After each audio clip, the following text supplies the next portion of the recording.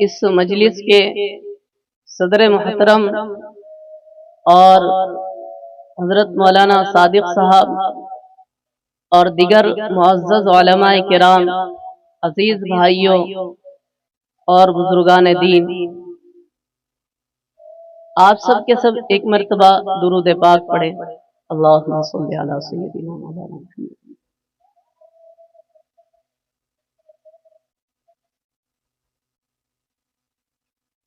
قرآن مقدس کی آیت مبارکہ کا ایک حصہ حضور اکرم صلی اللہ علیہ وسلم کی احادیث مبارکہ میں سے ایک حدیث مبارکہ پڑھی گئی۔ میں نے قرآن مقدس کی جس آیت مبارکہ کے حصے کا سہارا لیا، اس کے اندر اللہ رب العالمین ارشاد فرما رہے ہیں، الا خبردار، ان اولیاء اللہ، بے شک اللہ کے ولی، لا خوف علیہم، نہ انہیں کسی قسم کا خوف ہے، ولا هم یحزنون، اور نہ ہی وہ غمگین ہیں۔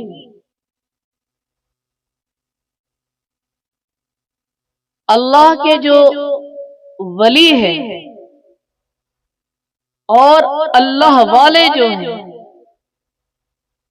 ان کی شان و شوکت، ان کی عظمت اور ان کی قدر و منزلت، یہ تو اللہ ہی بہتر جانتا ہے کہ کتنی اونچی ہے۔ اللہ نے خود یہ کہا ہے کہ تم اللہ کے ولیوں کو تلاش کرو۔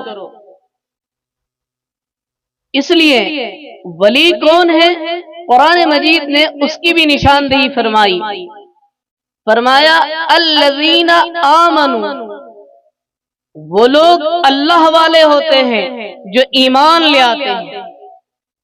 ان کی دوسری صفت یہ بیان کی گئی، وَكَانُوا يَتَّقُونَ، کہ وہ اللہ پر توکل کرنے والے ہوتے ہیں۔ اللہ کا جو ولی ہوتا ہے، جو اللہ والا ہوتا ہے، وہ اللہ پر توکل کرنے والا ہوتا ہے۔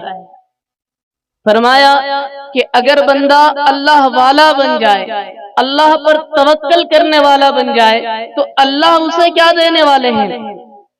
قرآن مجید نے اسے بھی بیان کیا، فرمایا لہم البشریٰ فی الحیات الدنیا وفی الآخرہ، کہ اس دنیا کی زندگی میں بھی اور آخرت والی زندگی میں بھی ان کے لیے خوشخبری ہے۔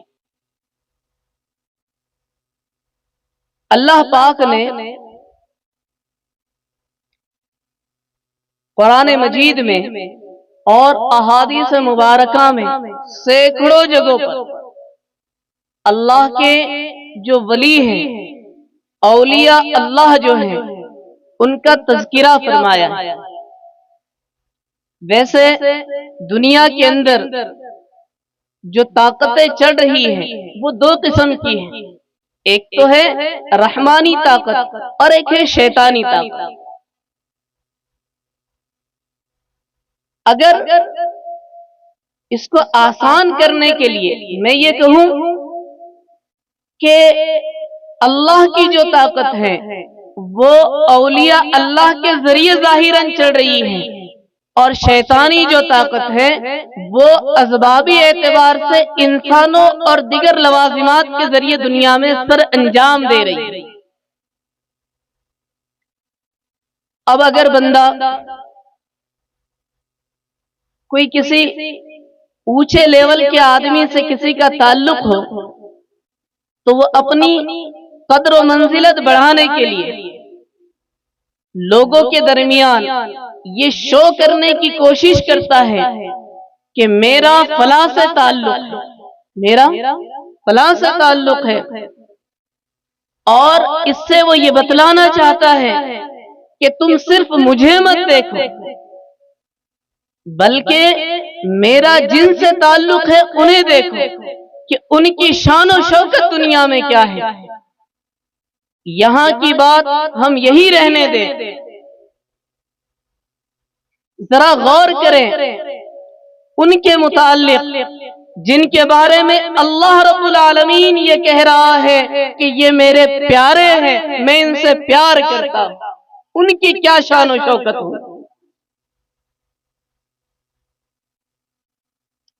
اللہ کے جو ولی ہیں ان کی شان و شوکت اتنی بلند و بالا ہے اور اتنی عظمتوں والی ہے کہ اللہ پاک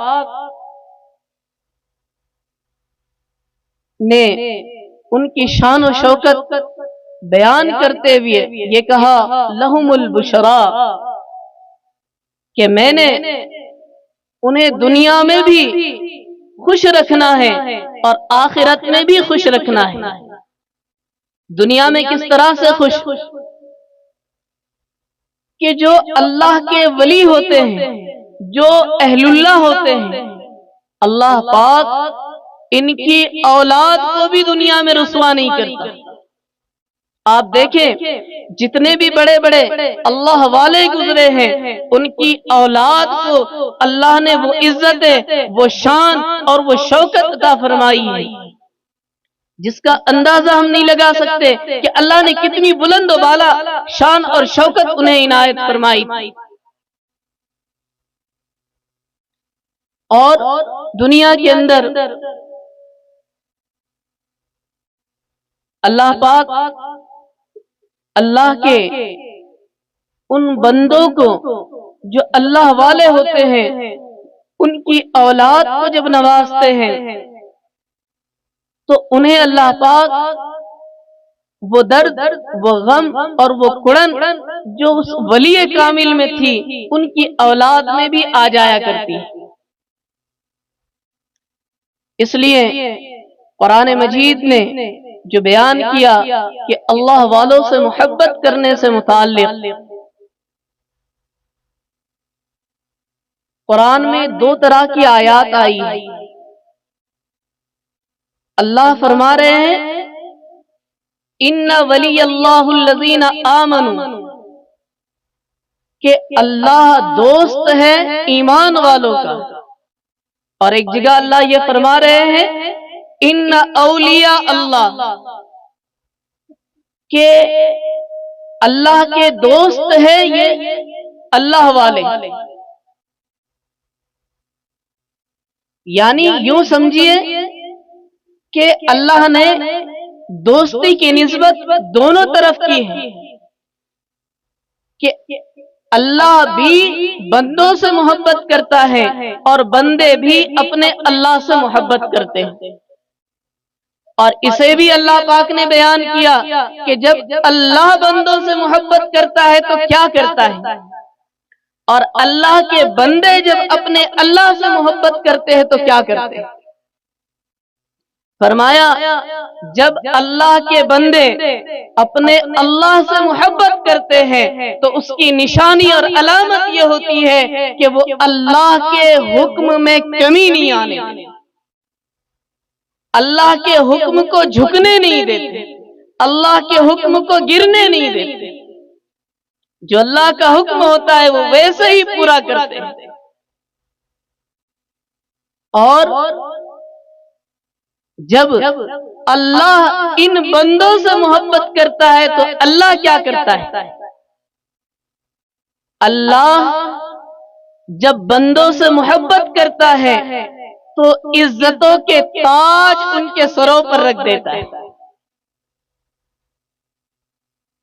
یہ نہ دنیا میں ناکام ہوتے ہیں نہ آخرت میں رسوا ہوتے ہیں۔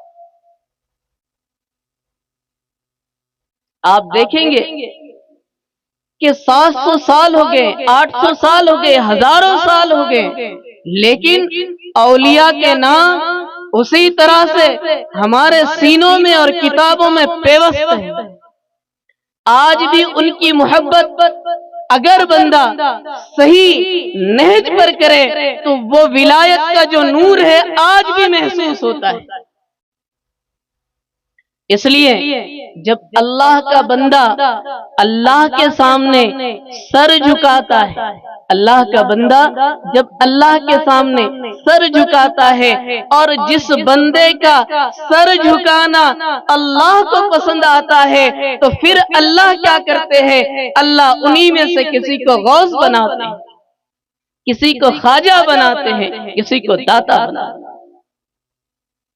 کوشش اس بات کی کرنا ہے کہ ہم ایسا سجدہ کرنے والے بن جائے کہ ہمارے اللہ کو وہ پسند آ جائے۔ اللہ کے بہت ہی پیارے برگزیدہ اللہ کے نبی صلی اللہ علیہ وسلم کے رفیق صحابی، جن کا ایک مختصر واقعہ میں آپ کے گوش گزار کر رہا ہوں، آپ دل کے کانوں سے سنیں اور اپنے آپ کے لیے اور میرے لیے ہم سب نیت یہ کریں گے کہ انشاءاللہ اس واقعے کو سن کر ہم اپنی زندگی میں تبدیلی لائیں۔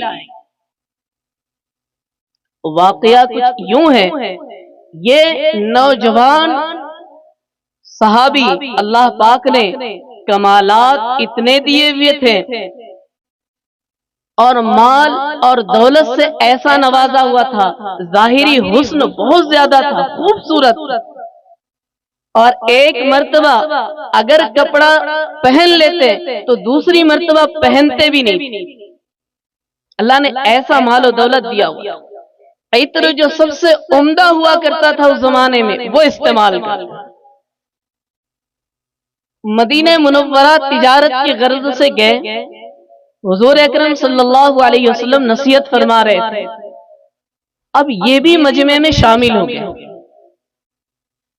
اور حضور اکرم صلی اللہ علیہ وسلم کی بات سنی، بات دل کے اندر اتر گئی، اور اسی مجلس میں نبی صلی اللہ علیہ وسلم کی ہاتھوں پر بیعت فرما کر کلمات اسلام پڑھ لیے اور اسلام کے اندر داخل ہو گئے۔ گھر آئے، اسلام چیز ہی ایسی ہے جس کے دل کے اندر یہ جب اتر جاتی ہے تو پھر اس کا نکالنا بڑا مشکل ہے۔ اس لیے تو دشت ہے دریا بھی نہ چھوڑے ہم نے، حال یہ تھا ان کا کہ اپنی جان کی بازی لگانے کی نوبت آئی لیکن اسلام سے پیچھے نہیں ہٹے، تن من دھن سب کچھ لٹا دیا اسلام کے لیے۔ یہ اسلام اندر اترا ہوا۔ آج مجھے اور آپ کو بھی ضرورت ہے کہ حقیقت والا اسلام ہم اپنے اندر اتارنے کی فکر اور کوشش کریں۔ جس دن یہ حقیقت والا اسلام میرے اور آپ کے سینے میں اتر جائے گا، اس دن سے یوں سمجھیے کہ اللہ کے ہر حکم کو پورا کرنا آسان ہے، نبی پاک صلی اللہ علیہ وسلم کی ہر سنت پر عمل کرنا آسان ہے۔ لیکن اگر وہ اسلام دل میں نہیں اترا ہوا ہے تو پھر اسلام کی ہر چیز مشکل ہے۔ صرف اسلام کا دعویٰ ہو سکتا ہے۔ یہ اسلام حقیقت والا جب ان صحابی کے دل میں اترا ہے تو محبت کی ایسی چاشنی اور حلاوت ان کے قلوب سے نکلنے لگی کہ جہاں کہیں بھی مجلس لگتی اور لوگ، چونکہ اسلام کا ابتدائی دور تھا تو لوگ حضور اکرم صلی اللہ علیہ وسلم سے متعلق باتیں کرتے، یہ فوراً ان کے قریب جاتے، سنتے وہ لوگ کیا کہہ رہے ہیں۔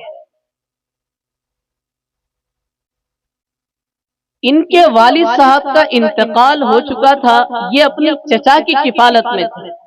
چچا نے دیکھا کہ میرا بھتیجا کئی دنوں سے جب کبھی اس نئے نبوت کا اعلان کرنے والے نبی کے متعلق بات ہوتی ہے تو یہ فوراً لپک کر اس مجلس میں چلا جاتا ہے کیا بات ہے ذرا میں اس سے معلوم کروں۔ انہوں نے اپنے بھتیجے کو بلایا اور یہ کہا کہ بھتیجے، کچھ دنوں سے میں یہ محسوس کر رہا ہوں کہ تو اپنے دین سے پھر گیا ہے، ایسا مجھے محسوس ہو رہا ہے، کیا یہ بات صحیح ہے؟ کیا میرا اندیشہ صحیح ہے؟ تو وہ نوجوان کہنے لگے، چچا جان آپ کا اندازہ بالکل صحیح ہے، میں نے اس نبی کے ہاتھ پر کلمات پڑھے ہیں اور میں اسلام میں داخل ہو چکا ہوں۔ جیسے ہی اسلام کا نام سننا تھا وہ چچا آگ بگولا ہو گیا اور انہوں نے بھتیجے کو اتنا مارا کہ لہولان ہو۔ جب تھک گئے مار کر تو کہنے لگے، چچا کہ بھتیجے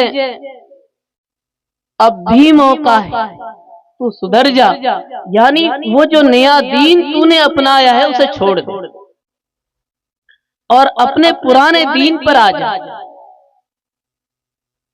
تو سنو، اسلام جب دل میں اترتا ہے تو وہ صحابی یہ کہنے لگے، چچا جان آپ سے جو ہو سکتا ہے وہ کر لیں۔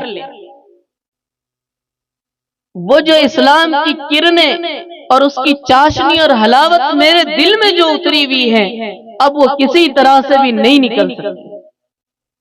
چچا نے کہا، بھتیجے سوچ سمجھ کر کہ، ورنہ یہ جو کپڑے تو نے پہن رکھے ہیں عمدہ سے عمدہ یہ میں اتار لوں گا اور جتنا سرمایہ تیرے حصے میں آتا ہے وہ سب کے سب میں چھین لوں گا، تجھے اس میں سے کوئی حصہ نہیں ملے گا۔ وہ کہنے لگے، چچا جان ٹھیک ہے ساری چیزیں آپ لے لیں۔ چچا نے انہیں برہنہ کیا، پورے کپڑے اتار دیے جیسے ننگا ہوتا ہے ویسے۔ ماں یہ منظر دیکھ رہی تھی، ماں کی ممتا کو جوش آیا، انہوں نے جو اوڑھنی اوڑھ رکھی تھی وہ اوڑھنی اپنے نوجوان بیٹے کے بدن پر ڈالی اور کہا، بیٹا اس سے سطر ڈھانپ۔ وہ نوجوان صحابی نے اس چادر کے دو ٹکڑے کیے، ایک کو اپنے کندھے پر رکھا اور جس طرح سے ہم لنگی لگاتے اس طرح سے سطر کے اوپر ایک کپڑا باندھ دیا۔ ان صحابی کا نام عبداللہ ہے اور ان کا لقب ذوالبجادین ہے، دو چادروں والا۔ اب یہاں تک تو بات ہو گئی، ساری چیزوں سے بے دخل ہو گئے۔ اب سوچنے لگے کہ میں کروں تو کیا کروں۔ تھوڑی دور جا کر خیال آیا کہ جس نبی کا کلمہ پڑھنے کی وجہ سے میرا یہ حشر ہوا ہے چلو اسی کے در چلتے۔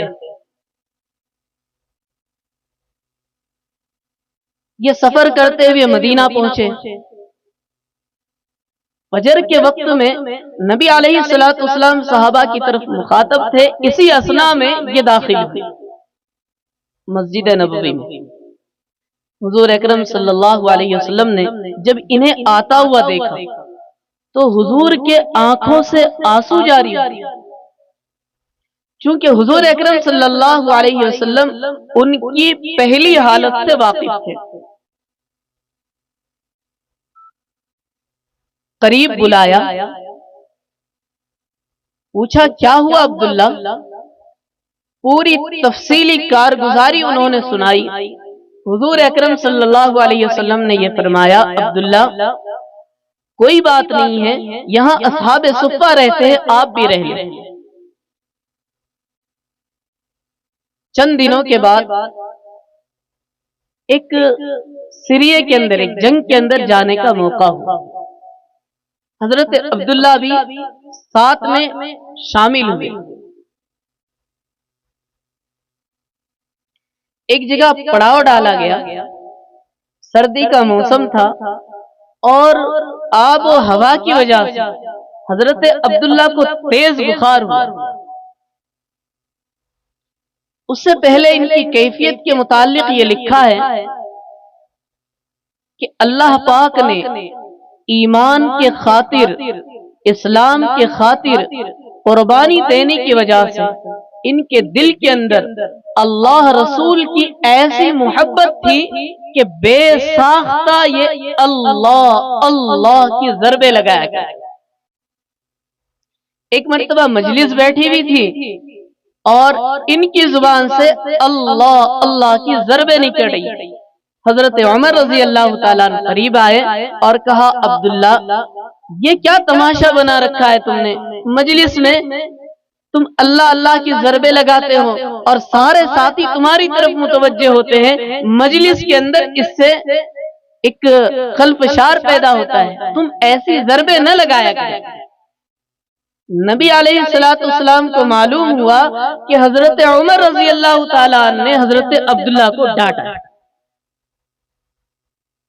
اللہ کے نبی صلی اللہ علیہ وسلم نے حضرت عمر رضی اللہ تعالیٰ عنہ کو بلایا اور فرمایا عمر خبردار، آج کے بعد میرے عبداللہ سے کچھ نہ کہنا، اس لیے کہ وہ جو اللہ اللہ کی ضربیں لگاتا ہے وہ دل کی گہرائیوں سے لگاتا ہے۔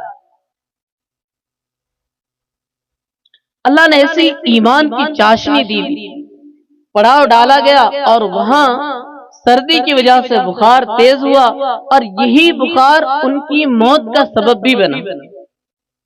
انتقال سے قریب اللہ کے نبی صلی اللہ علیہ وسلم کو اطلاع دی گئی کہ عبداللہ کا بخار تیز ہے، اور تمام اطباء اور اس وقت کے معالجین جتنے بھی تھے سب کے سب اپنی ساری جو ادویات تھی وہ استعمال کرا کر تھک چکے، لیکن عبداللہ کا بخار کم نہیں ہو رہا تھا۔ حضور اکرم صلی اللہ علیہ وسلم تشریف لائے، آپ علیہ السلام نے حضرت عبداللہ کو اپنے زانو مبارک کے اوپر ان کے سر کو رکھا۔ انتقال سے قریب کے لمحات حضرت عبداللہ کا سر حضور اکرم صلی اللہ علیہ وسلم کی مانڈی کے اوپر ہے اور حضرت عبداللہ کی نگاہیں نبی علیہ السلام کے چہرے کو دیکھ رہی ہیں اور حضور اکرم صلی اللہ علیہ وسلم کی نظریں حضرت عبداللہ کو دیکھ رہی ہیں، اور اسی اثنا میں ان کی روح پرواز کر جاتی ہے اشہد اللہ الہ الا اللہ کے۔ یہ ایسے صحابی ہیں کہ موت کے وقت میں حضور اکرم صلی اللہ علیہ وسلم کی نظریں انہیں دیکھ رہی تھی اور ان کی نظریں نبی کو دیکھ رہی تھی۔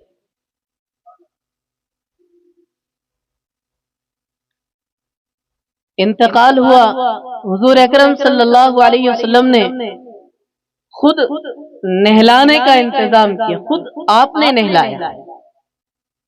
کفن کی باری آئی تو حضور اکرم صلی اللہ علیہ وسلم کی اس چادر مبارک میں جس کی قسم قرآن مجید نے کھائی ہے یا ایھا المدثر یا ایھا المزمل کہہ کر، وہ چادر مبارک حضرت عبداللہ کو کفن میں ملی۔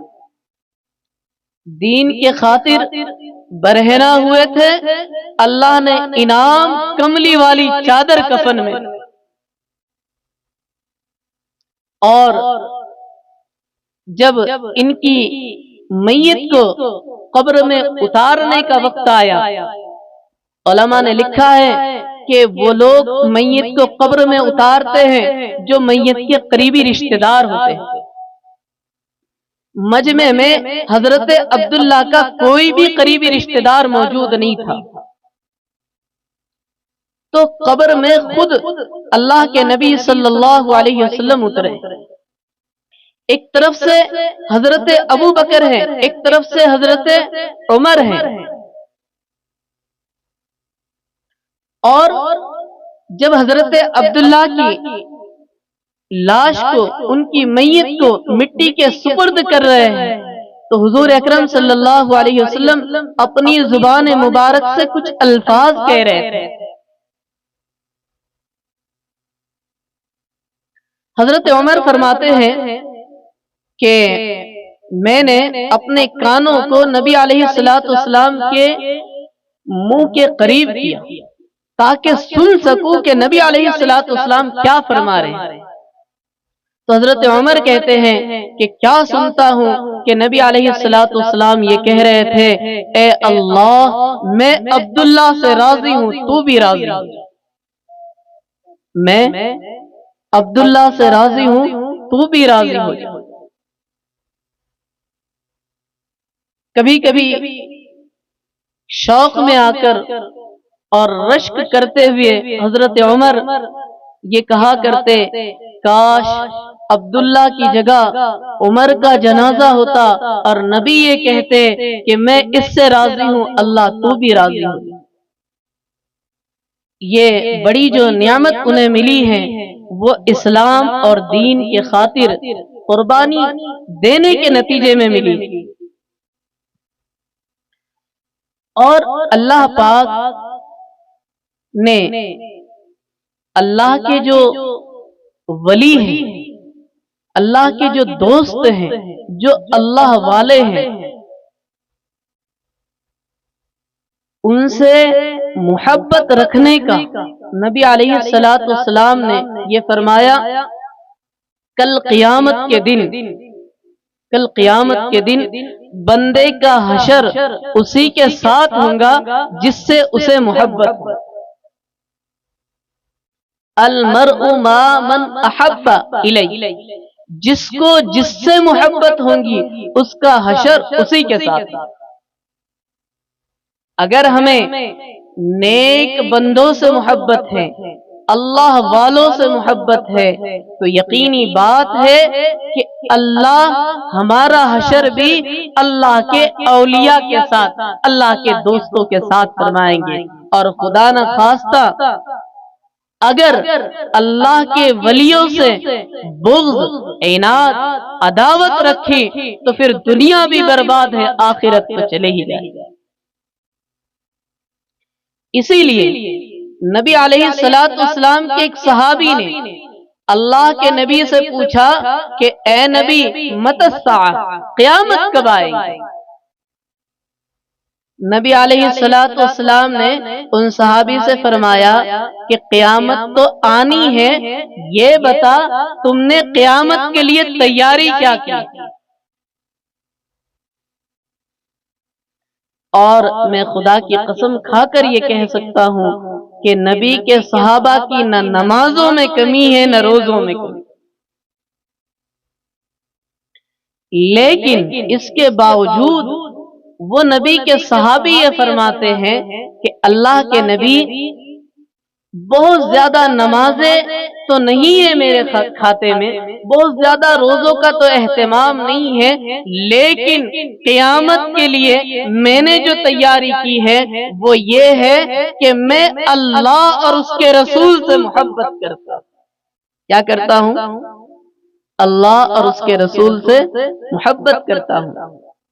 نبی علیہ الصلوۃ والسلام نے فرمایا اگر یہ بات ہے کہ تم اللہ اور اس کے رسول سے محبت کرتے ہو تو سن لو اگلا جملہ کہ تمہارا حشر بھی انہی کے ساتھ، جس سے تمہیں محبت ہوگی تمہارا حشر بھی انہی کے ساتھ۔ اور یہ جو اللہ کے دوست ہوتے ہیں، اللہ نے ان کے لیے کیا کیا ہوا ہے؟ آپ نے سنا ہے کہ اللہ جس بندے سے محبت کرتے ہیں اللہ حضرت سیدنا جبرائیل کو بلاتے ہیں اور یہ کہتے ہیں کہ جبرائیل میں فلاں ابن فلاں سے محبت کرتا ہوں، تم بھی اس سے محبت کرنے لگ جاؤ۔ جب حضرت جبرائیل محبت کرنے لگتے ہیں تو اللہ پھر حکم دیتے ہیں اے جبرائیل فرشتوں میں اعلان کرو کہ اللہ فلاں ابن فلاں سے محبت کرتا ہے۔ جبرائیل اعلان کرتے ہیں، سارے فرشتے اس سے محبت کرنے لگتے ہیں۔ پھر اللہ جبرائیل کو حکم فرماتے ہیں کہ جبرائیل دنیا میں جاؤ اور اعلان کرو کہ اللہ فلاں ابن فلاں سے محبت کرتے ہیں۔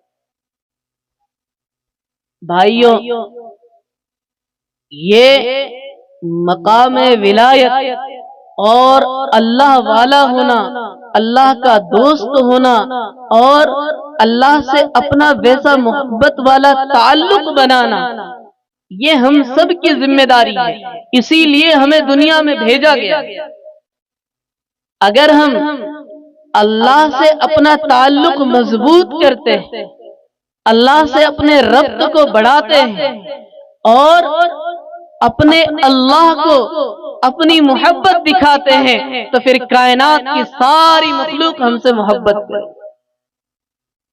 اور اگر ہم نے اللہ سے محبت نہیں دکھائی، آج دیکھو ساری دنیا کو یہ رونا ہے کہ فلاں مجھ سے محبت نہیں کرتا، فلاں میرے حقوق ادا نہیں کرتا، فلاں نے میرا حق ادا نہیں کیا۔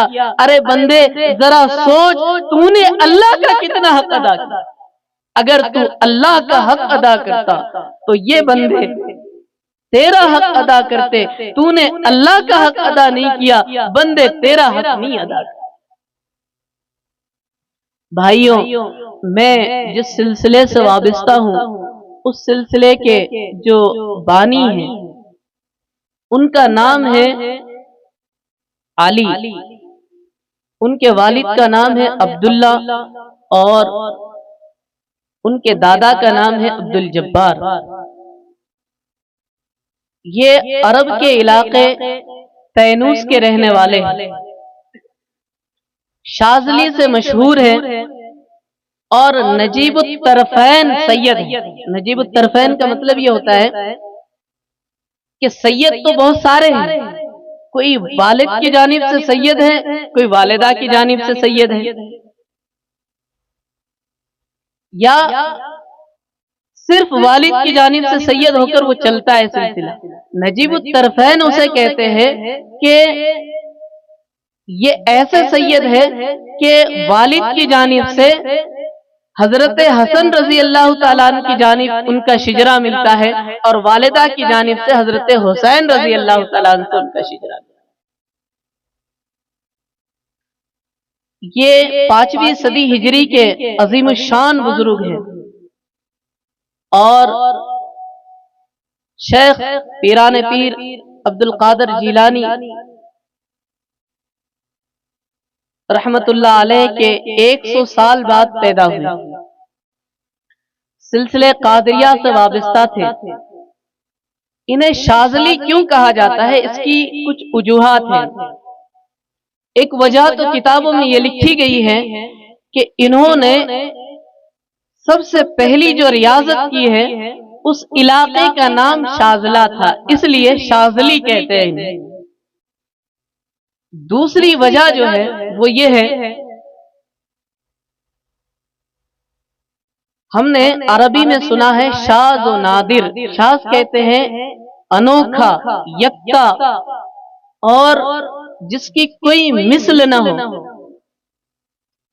ان کو شاذلی اس لیے کہا جاتا ہے کہ جب انہوں نے ریاضتیں کی، مجاہدہ کیا، تو اللہ کی طرف سے آواز آئی انت شاذ لی، کہ تو میرے لیے یکتا زمانہ ہے، اس لیے شاذلی کہتے ہیں۔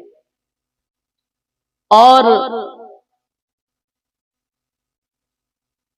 انہیں قطب اول بھی کہا جاتا ہے، غوث زماں بھی کہا جاتا ہے، اور بھی بہت سارے القابات ان کے لیے الگ الگ لوگوں نے دیے ہیں۔ انہوں نے ابتدائی تعلیم اپنے علاقے میں کی۔ یہ سلسلہ ہمارے علاقوں میں اس لیے متعارف نہیں ہے کہ یہ سلسلہ خواص کا سلسلہ ہے، علماء کا سلسلہ ہے، اور وہ لوگ جو بہت زیادہ علوم و معارف میں کمال حاصل کرتے تھے ان کا سلسلہ ہے۔ اور چونکہ حضرت عرب کے ممالک کے رہنے والے تھے، اس لیے عرب میں ہی زیادہ سلسلہ یہ پھیلا۔ ہم نے یہ جو علماء بیٹھے ہوئے اسٹیج پر یہ جانتے ہیں کہ ہم نے جو کتابیں پڑھی ہوئی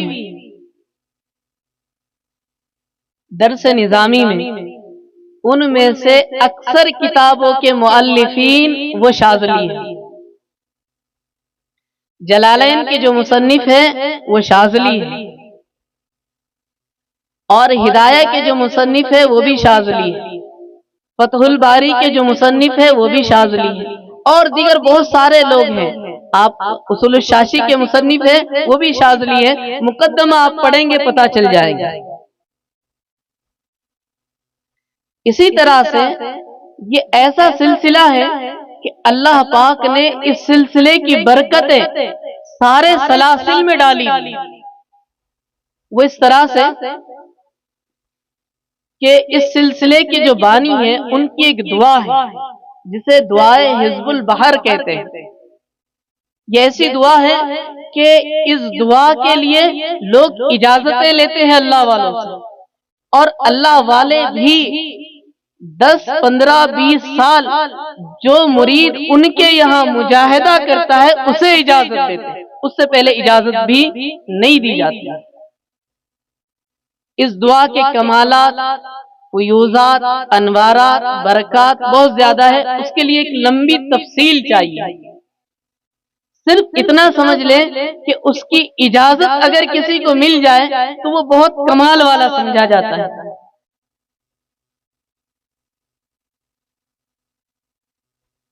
یہ شیخ ابو الحسن شاذلی کو اللہ کے نبی صلی اللہ علیہ وسلم کی جانب سے الہامی دعا ملی، اور یہ ایسی دعا ہے کہ سارے سلاسل والے اس دعا کو پڑھتے ہیں. گویا یوں سمجھیے کہ سلسلہ کوئی بھی ہو وہ سلسلے شاذلیہ کا فیض ضرور لیتا ہے، چاہے وہ قادریہ ہو، چاہے وہ نقشبندیہ ہو، چاہے وہ سہروردیہ ہو، چاہے چشتیہ ہو. جو بھی سلسلہ ہوگا وہ سلسلہ ولایت کے مقام پر پہنچ ہی نہیں سکتا جب تک کہ وہ سلسلے شاذلیہ کا سہارا نہ لے. اسی طرح سے اس سلسلے کے ایک اور بہت بڑے اللہ والے ہیں جنہوں نے قصیدہ بردہ لکھا ہوا ہے. اس کے کمالات آپ نے سنے ہوں گے علماء سے. یہ ایسا قصیدہ ہے کہ اس قصیدے کے پڑھنے کے لیے بھی لوگ اجازتیں لیتے ہیں.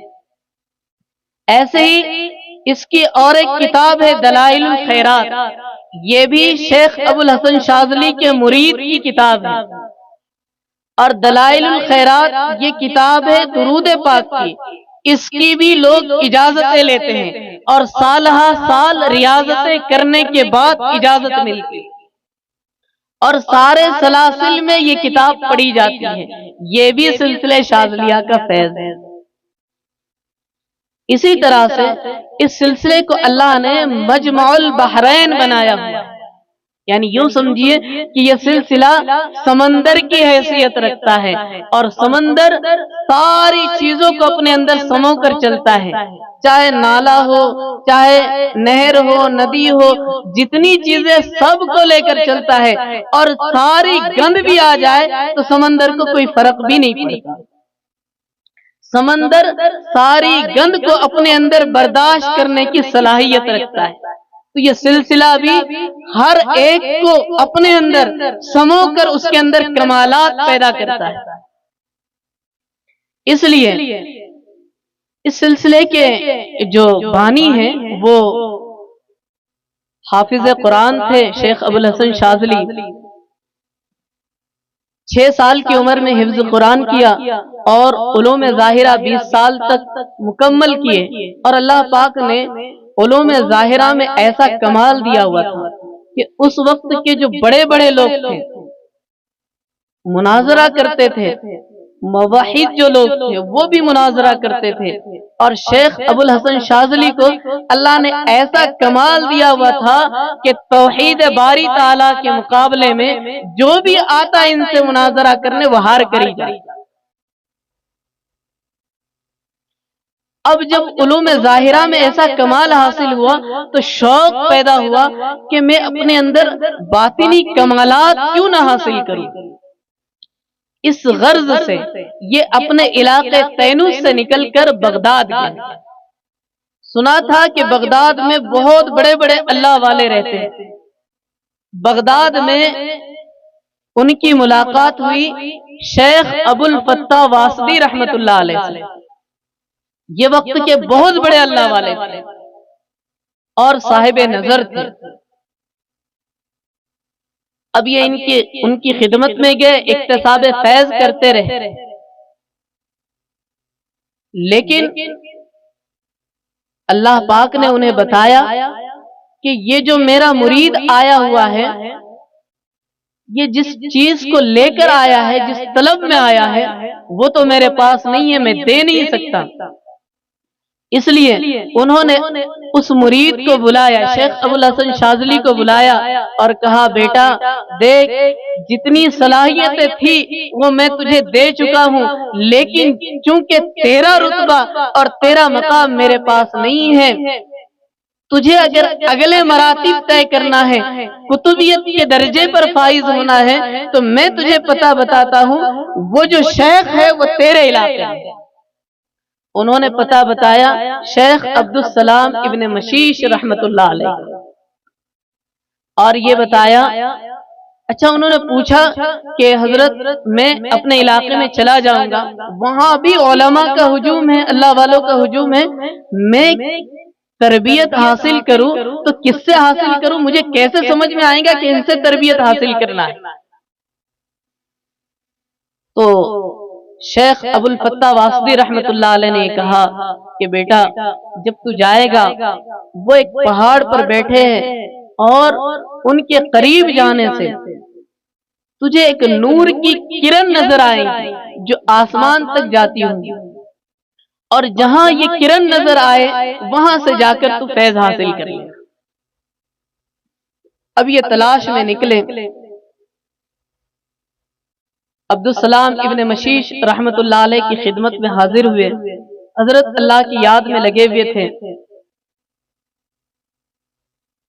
سلام کیا تو حضرت نے کہا کہ بیٹا جاؤ نیچے وضو کر کے آؤ۔ وہ پہاڑ جو ہے 3-3.5 کلومیٹر سے زیادہ لمبا ہے۔